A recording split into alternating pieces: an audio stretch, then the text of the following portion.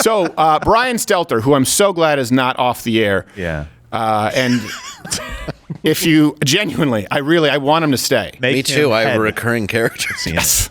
And he's also, you remember when you were a kid and you had the cereal boxes, like you get like a dinosaur, in Fruity Pebbles, and it would say, hey, it turns into a giant dinosaur, and you just put it in water, and it like grows slightly. Yeah, it's very disappointing. Right, but it looks bloated? Yes.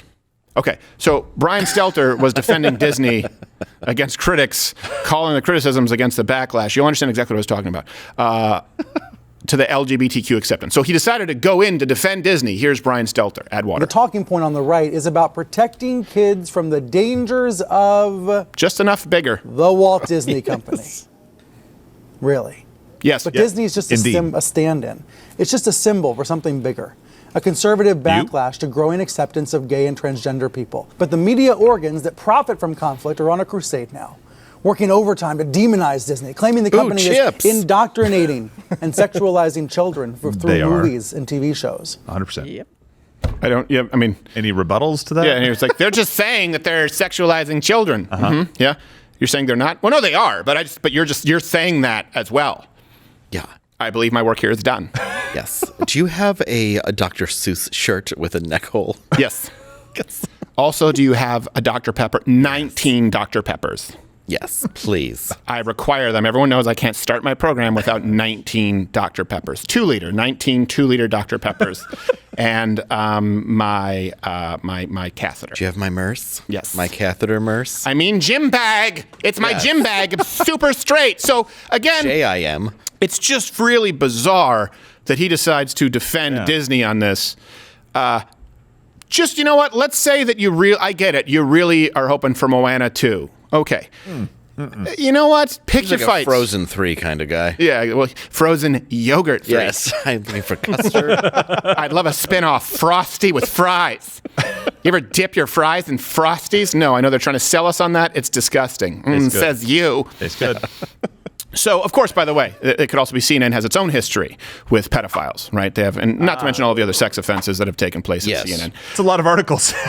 Well, that's just a scoop of them. Yeah. And the backlash against Disney is backlash against, and YouTube is saying this is a conspiracy, but it's actually against left-wing grooming of children. And by the way, isn't some new term that was invented by a QAnon cult? The term grooming is one that is used by people who traffic children or sex offenders with those who are underage to try and get them comfortable and desensitized to the idea of a hypersexualized situation. This is something I have experience with because Salon had an article, this was a long time ago, and it was called I'm a pedophile, but I'm not a monster. And we actually did some research and found this pedophile, and he was bragging about grooming children on message boards. Ultimately, Salon ended up pulling those articles only after the evidence was completely irrefutable. It was so insurmountable that, they just removed it rather than apologizing. So grooming is a thing. It's an actual term that's been used for a long time, and people are now saying it seems as though Disney has gone so far, and places like Netflix, but right now Disney is more aggressive with the Florida Don't Say Gay bill, that's how they refer to it, that we now can appropriately refer to it as grooming.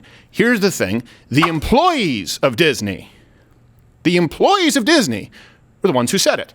Our leadership over there has been so welcoming to my not at all secret gay agenda. Many LGBTQIA characters in our stories. They've been really open to exploring queer stories. Kind of the only way to have these canonical trans characters, canonical asexual characters, canonical bisexual characters is to give them stories where they can be their whole selves. It looks like a character that a woman would try to create in World of Warcraft, only it didn't work.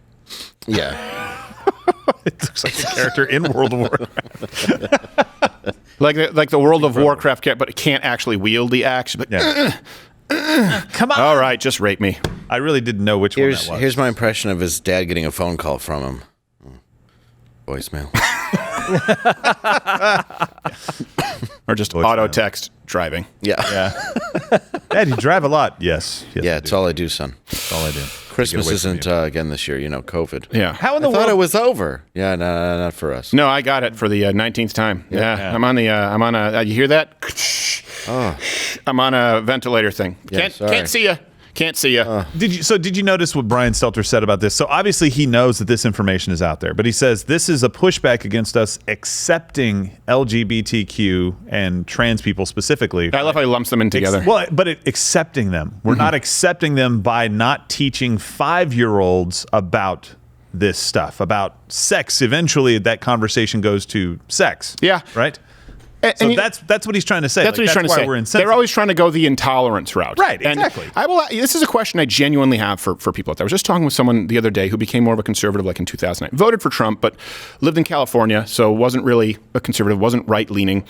And living there, said I had a lot of gay friends. I thought, okay, love is love, marry whoever you want to marry. And I understand that. I understand that people want to be empathetic. I do. I genuinely understand that people don't want to infringe upon other relationships.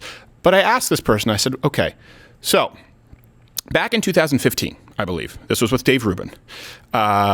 He said, when people like you and me, Crowder, are, we're more libertarian and, I know you're pro-gay marriage. And I said, no, I'm not. He said, what? I said, well, let me explain to you why I'm not. Civil unions, if you're talking about that, you're talking about property sharing, you're talking about wills, you're talking about hospital visits. Of course, absolutely.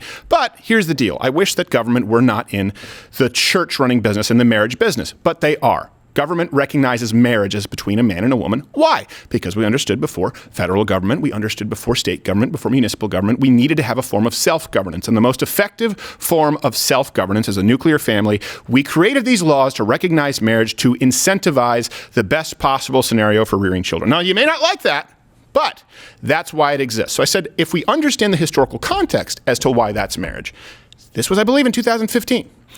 I said, to say that men and women to say that anyone can marry is to say that men and women are fundamentally interchangeable.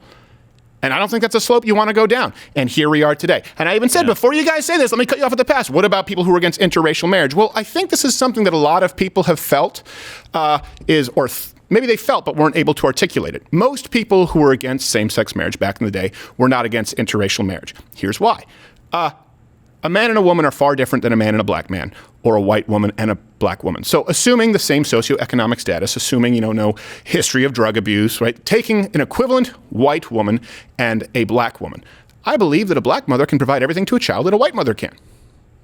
I don't believe there's anything missing there. Same thing, a black father, or a white father. I believe that a black father can provide anything that a white father can. I do not believe that two fathers can provide everything that a mother can. I do not believe that two mothers can provide everything that a father can. That's why marriage, man and woman, that's the ideal to raise children. It's very different from interracial marriage. And if you say, well, marriage is anything, that's the first step towards saying there are no gender roles, men and women are fundamentally interchangeable. That was my argument back then. 2022, do you think that it holds water? And I asked this person the other day, I said, has this LGBTQ AAIP forced you to go back and re-examine? I think it was Prop 12 when we were in California. Yeah. Forced you to go back and re-examine that. And she said, absolutely. She said 100%. So I didn't really know. It was. I still would love for people to be able to have civil union, but looking back, I see that it was a slippery slope, and here we are, and I just can't believe it. Well, and we've argued this, like you said, since 2015. We argued it before then. We argued it back in 2005 and 2010. Any time that this has come up, we're like, okay, be careful. It didn't take long. Right. It didn't take a generation. It took a matter of years for us to get to the clown show that we are living in today. Yeah. Yeah. So I want to know if people out there right now, many of you were not conservatives, right? You watching, you listening right now in 2015, 2014. Has it forced you to go back and look at these situations, which were once considered moral issues of the right, and go, you know what? Maybe they had a point. Comment below. Watch Louder with Crowder live, Monday through Thursday, 10 a.m. Eastern.